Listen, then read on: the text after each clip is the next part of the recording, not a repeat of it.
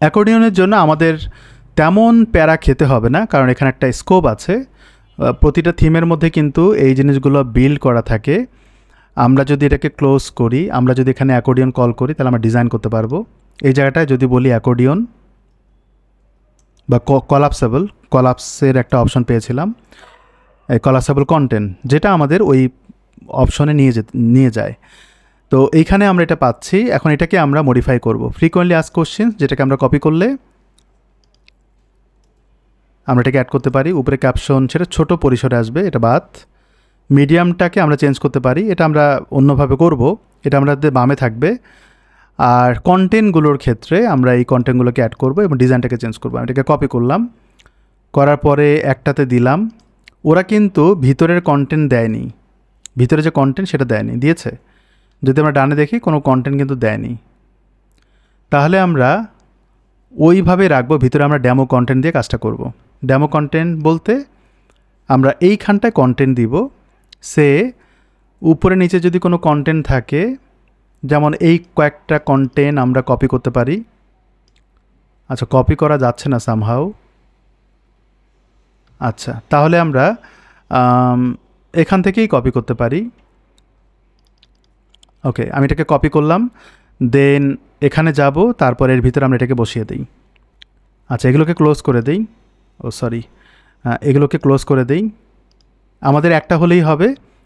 আর এখানে কিন্তু চেক মার্কের কথা বলা হচ্ছে, সেটা আমাদের চেঞ্জ করব।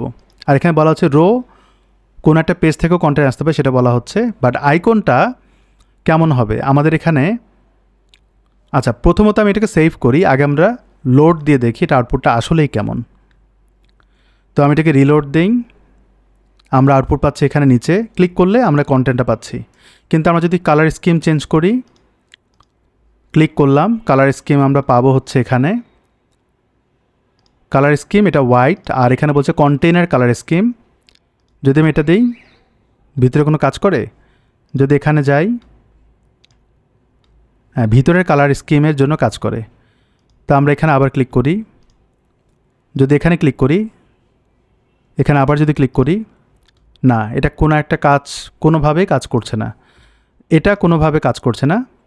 বাট আমরা ব্যাকগ্রাউন্ড কালার চেঞ্জ করার জন্য এটা ইউজ করতে পারি, যাতে হোয়াইট হয়, মানে ব্ল্যাক হয়। তাহলে মোটামুটি কিন্তু ওটার সাথে যায়। যদি এখানে দেখি ওটার সাথে যায়, হ্যাঁ, এটা কালার কিন্তু একটু ভিন্ন। তো এই ক্ষেত্রে আমরা কোনো একটা জায়গায় এটা ইউজ করেছিলাম। যদি না করে থাকি, আমরা এটা আবার করব। থিম সেটিংসে যাই, এখানে আমরা আর একটা কালার স্কিম তৈরি করি হোয়াইট, এবং টেক্সটের কালারের ক্ষেত্রে আমরা ইউজ করব হচ্ছে এটা। দ্বিতীয়ত হচ্ছে এটা না, কালারটা একটু ভিন্ন হবে, কালার হবে এটা। তো আমরা এই কালার কোডটা কপি করি, মূলত এটার জন্যই কিন্তু কালার স্কিম আলাদাভাবে তৈরি করছি। এই যে এই কালারটা হবে, এটা অলরেডি এখানে দেওয়া ছিল। অ্যান্ড মূলত এটাই আমরা এখানে কল করব এই জায়গাটায়। আর উপরে নিচে এটা আমরা বলে দিই সেফ।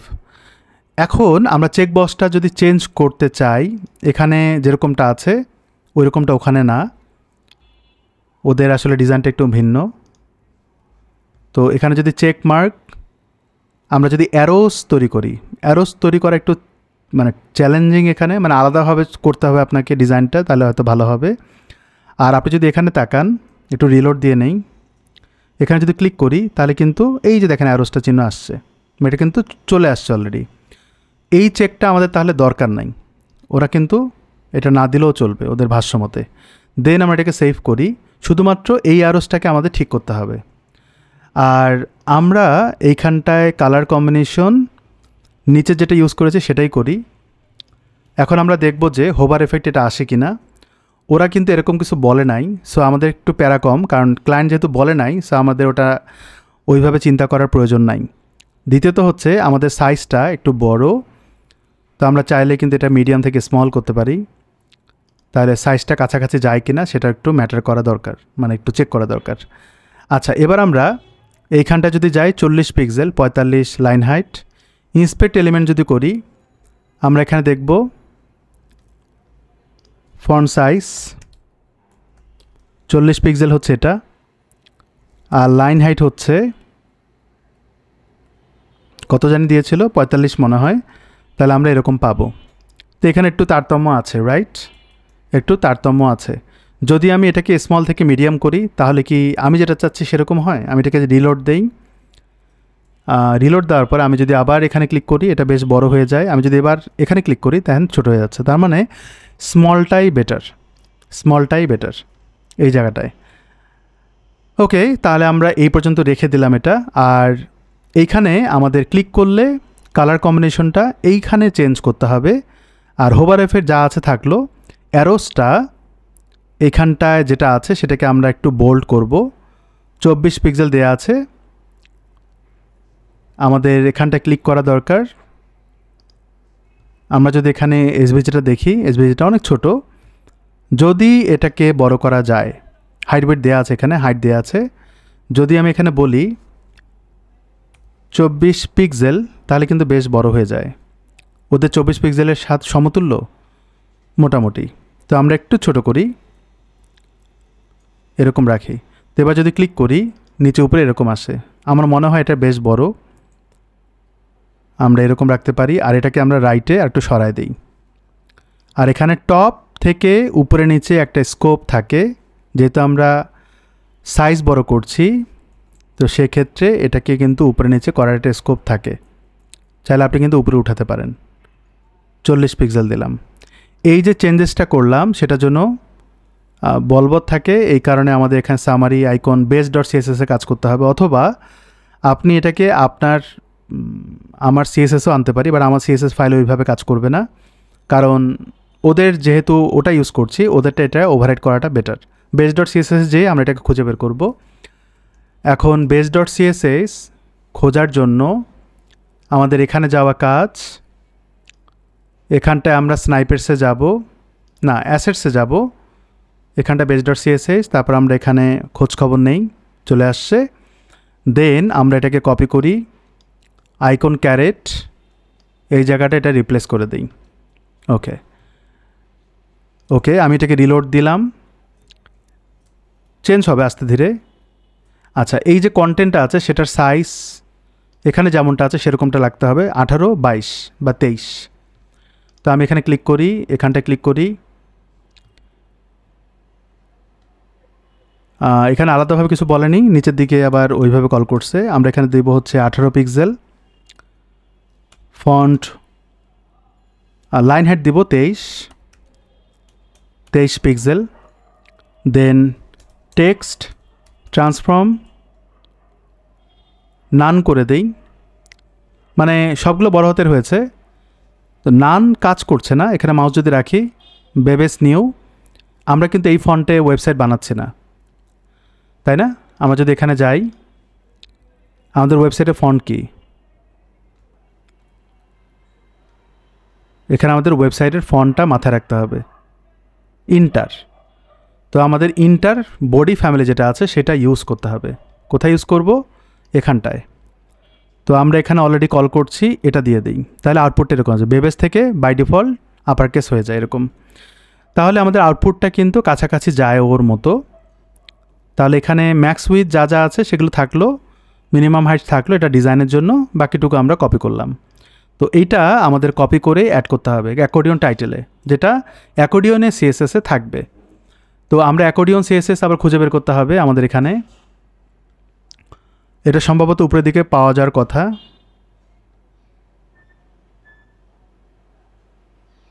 অ্যাকর্ডিয়ন, এই যে অ্যাকর্ডিয়ন CSS। তো আমি এখানে ক্লিক করলাম, করার পর Ctrl+F পেয়ে যাই। দেন আমি এটাকে কপি করি, করার পর আমি এটাকে রিপ্লেস করে দিই আমার ডিজাইনটা যাতে ইমপ্লিমেন্ট হয়।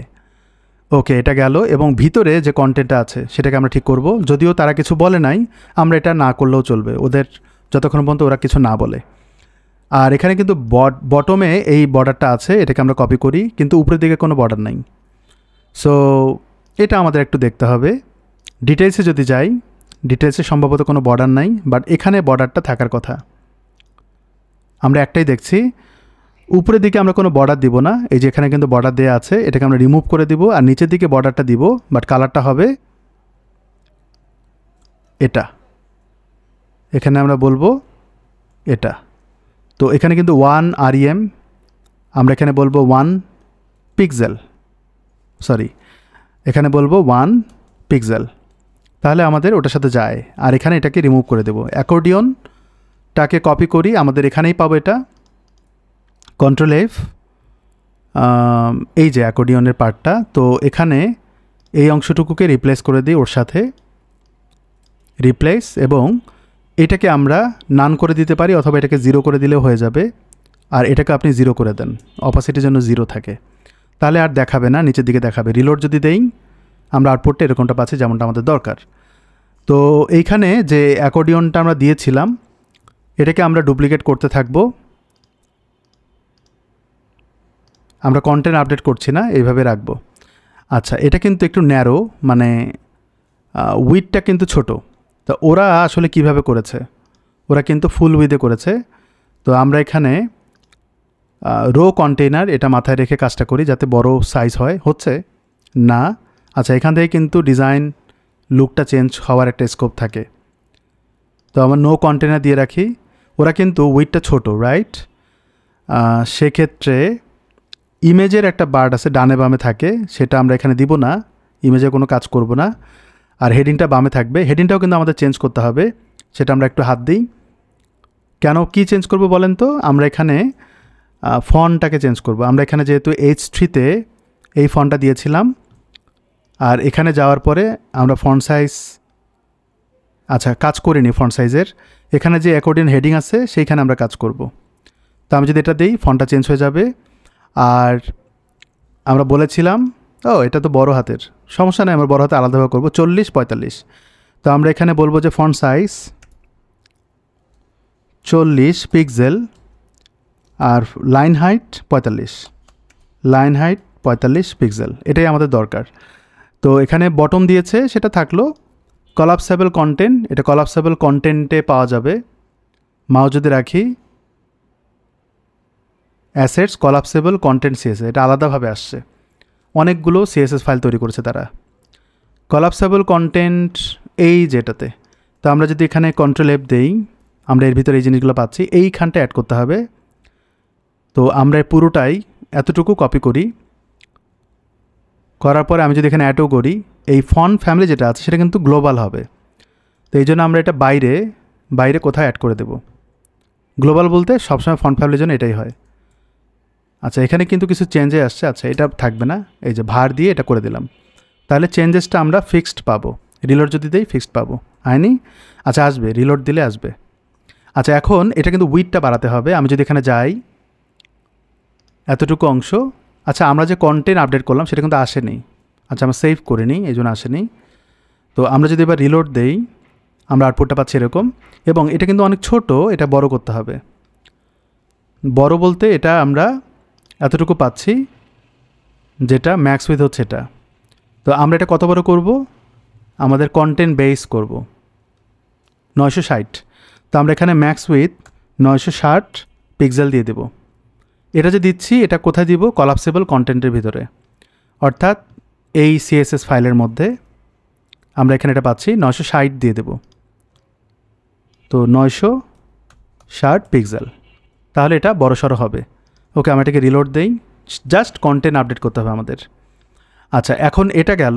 আরেকটা জিনিস আমাদের বাকি আছে, সেটা হচ্ছে এই অ্যারোসটা না বেশ বড় লাগছে কন্টেন্ট অনুযায়ী, কারণ আমাদের সাইজ ঠিক থাকলে এই অ্যারোটা কেন বড় লাগবে। আমরা এটাকে একটু ছোট করে দিই যাতে দেখতে ভালো লাগে, 14 করে রাখি। এবং এটা আমরা base.css-এ 14 আপডেট করব।